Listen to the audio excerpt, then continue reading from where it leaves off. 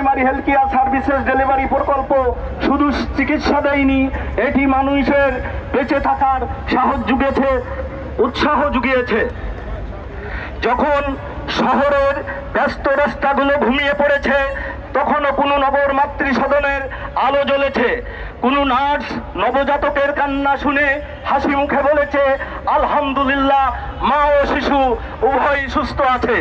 এই primary health care শহর অঞ্চলে সরকারি কোনো স্থাপনা বা সরকারি কোনো প্রতিষ্ঠান নেই। 1998 সাল থেকে আরবান প্রাইমারি হেলথ কেয়ার প্রজেক্টের মাধ্যমে শহর অঞ্চলের মানুষের প্রাথমিক স্বাস্থ্যসেবা দিয়ে আসছিলাম।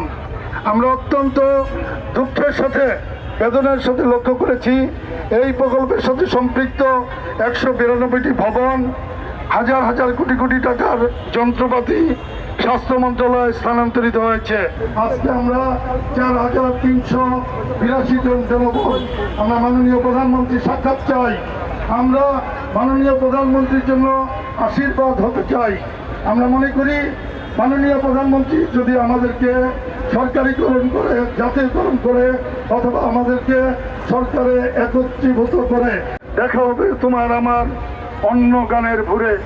আমরা আপনাদেরকে দায়িত্বহীন ভাষায় বলতে চাই, যতক্ষণ পর্যন্ত আমাদের এই ন্যায্য দাবি সরকার পূরণ না করবে, ততক্ষণ পর্যন্ত আমাদের প্রশাসনে অংশগ্রহণ করতে গিয়ে আপনাদের প্রচুর ঘাম ঝরছে, খুব কষ্ট হচ্ছে, আপনাদের টাকা পয়সা খরচ হচ্ছে, যাতায়াত ভালো লাগছে, কিন্তু আমরা মনে করি এটি হলো আমাদের সারা জীবন ভালো থাকার জন্য। আমাদের সম্মিলিত চেষ্টায় আমরা আশাবাদী যে অবশ্যই আমাদের জন্য কোনো সুখবর অপেক্ষা করছে। তাই আমরা ধৈর্য সহকারে সকলে মিলে, নিজেদের মধ্যে বিভাদ সৃষ্টি না করে, কাঁধে কাঁধ মিলিয়ে আমরা আমাদের দাবি আদায়ের জন্য কাজ করে যাব।